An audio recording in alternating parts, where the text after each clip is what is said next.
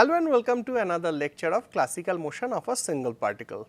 Although we are now discussing very broad domains, okay, like the concept of phase space, okay, the fixed points, concept of fixed points, their stabilities, but at one point we have to again remember that we are doing a course here on the single particle motion. So, finally, we have to get back to the realm of classical mechanics. Okay.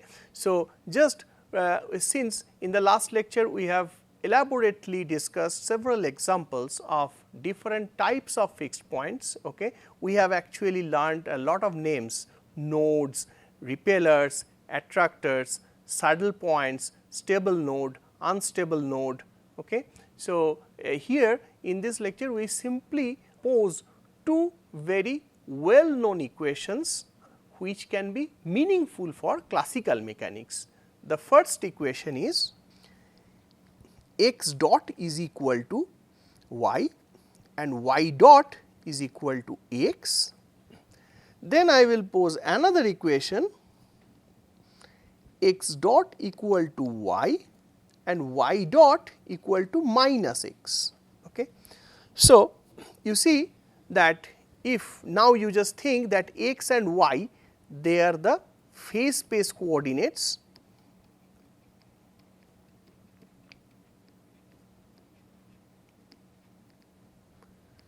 okay. The point is that for just since this is a 2D phase space, so just bringing a correspondence to classical mechanics, we can say this is actually analogous to 1D motion of a particle. And your x can be actually equal to x itself and y can be equal to v. Okay. And the first actually the very first equation, which is the equation of kinematics, okay, that is x dot is nothing but equal to y, which is v by definition. Okay. That is the definition of velocity, okay. And this is true for all. The second equation, which is the y dot, and actually you know this is the, so this is the velocity part. Now, this is the dynamics part, okay, for classical mechanics, because y is the velocity. So, y dot is nothing but the acceleration part, and that is in one case is equal to plus the position coordinate, and here this is exactly equal to the minus of the position coordinate. Of course, you can do the total treatment using some arbitrary constants, non-zero constants, but here for the sake of simplicity, to just convey the essential message of the treatment, I have just considered everything to be 1 here, all the coefficients, all the multiplicative coefficients. Okay. Now, the first point is that we can easily understand this system is very well known to us, okay, because if you simply do x double dot, that will be y dot and that is your minus x. So, you know x double dot plus x is equal to 0, and this is an equation of a simple harmonic oscillator. Okay. On the other hand, if you do this one, you do x double dot, that will be y dot, that is x, and that will give you actually x double dot minus x is equal to 0. Okay. That is something, some motion with damping, okay. And you know the solution of them. Okay. In this one, the solution x as a function of t is given by, okay, a e to the power I omega t. I mean, they are just the cosinus and sinus type of functions, okay. And you can also write in terms of this complex variables. So, a e to the power I omega t plus b e to the power minus I omega t. Okay. Here you can simply write x as a function of t is equal to a e to the power omega t plus b e to the power minus omega t. Now, this omega, okay, should come here as omega square, since this is 1. Actually, I forget everything here and I also forget this from this. Okay. So, this omega is 1 here. Okay. So, you can actually write for your case this is equal to a e to the power I t plus b e to the power minus I t. Okay. Then you will have a e to the power t plus b e to the power minus t. This is oscillatory solution, this is exponentially decaying or exponentially growing solution, okay, that we know. Now, we want to know that what are the fixed points. So, both for this the fixed point is the fixed point is 0 0, okay. Here also the fixed point is 0 0, okay. Now, already we have shown in some of the lectures, okay, that in the phase space, okay, these equations leads to the equation of an ellipse. So, an ellipse in the phase space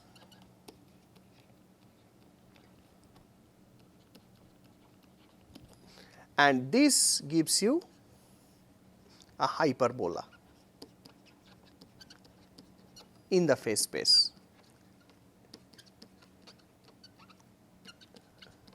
Now, we will try to somehow keep that knowledge now a little bit aside and we will simply try to use our matrix method, that is the method with the coefficient matrix, to conclude about the nature of this fixed point.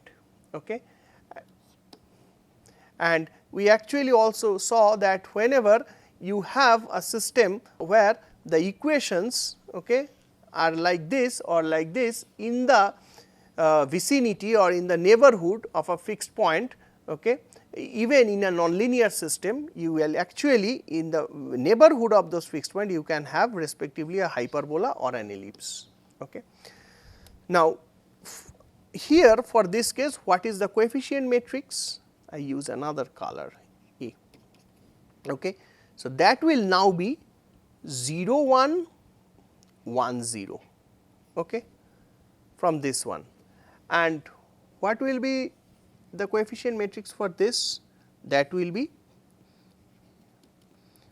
0 1 minus 1 0. Okay. So, if lambda 1 and lambda 2 are two eigenvalues, so for this case it will have 0 sum and their product will be, so 0 minus 1, so that will be minus 1. Okay. So, lambda 1 will be equal to minus 1 by lambda 2 and lambda 1 is also minus lambda 2. So, minus lambda 2 is equal to minus 1 by lambda 2. So, it means lambda 2 square is equal to 1. So, lambda 2 is equal to plus minus 1 and if lambda 2 is equal to plus minus 1, then lambda 1 is equal to minus plus 1, okay, okay, because of this relation and this relation as well. Okay. So, the first point is that here the fixed point is not a node because the two eigenvalues are not carrying the same sign. Second point is that they are equal in magnitude. Okay. Now, what will be the nature?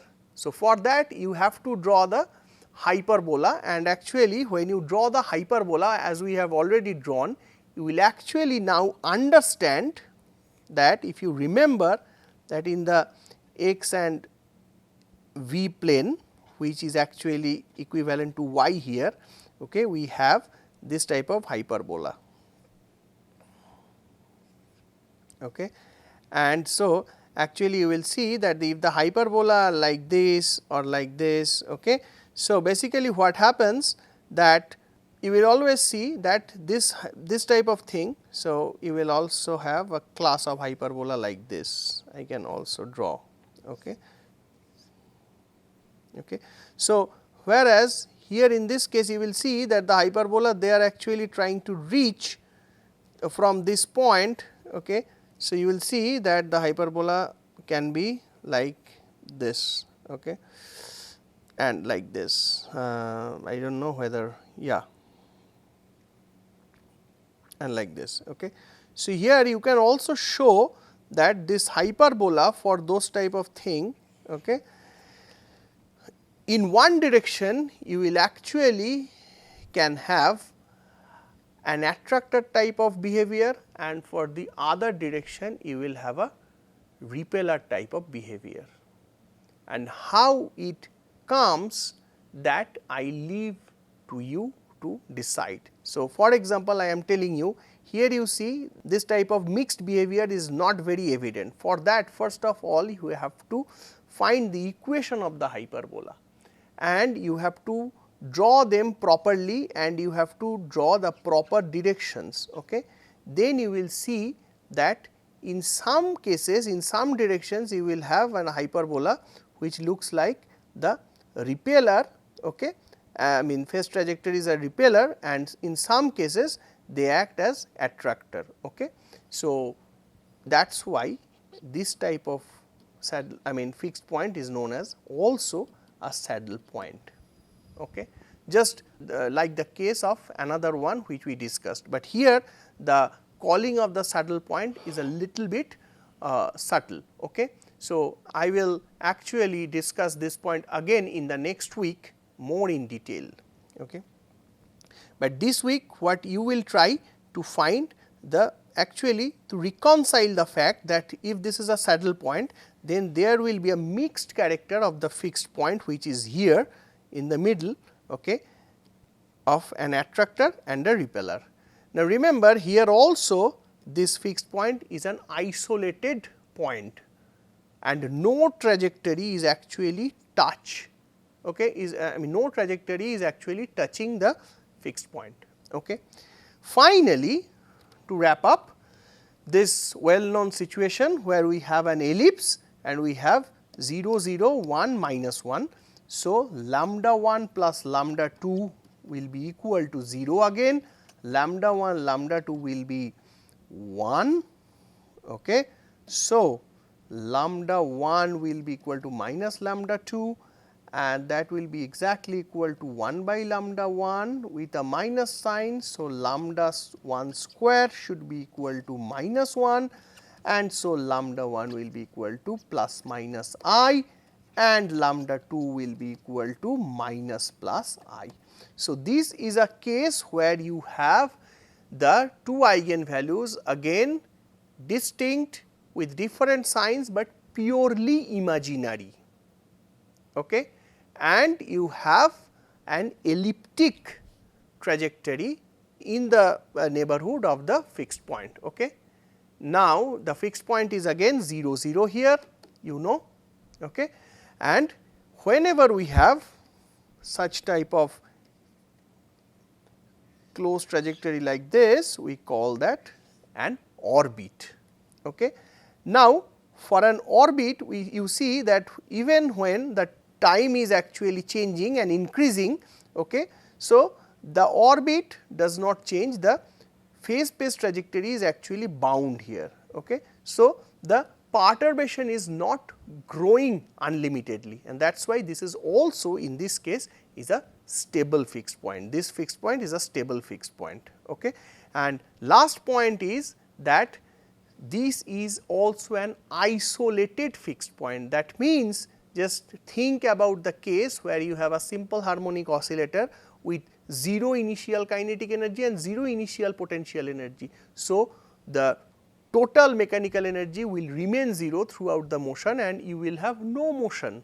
So, if you start with any ellipse with non-zero semi major axis and semi minor axis on this phase space, okay, it will not have 0 energy, and two parts of the energy in this case are positive definite. So, if they are not 0, the sum can never be 0, that is why they can never come here.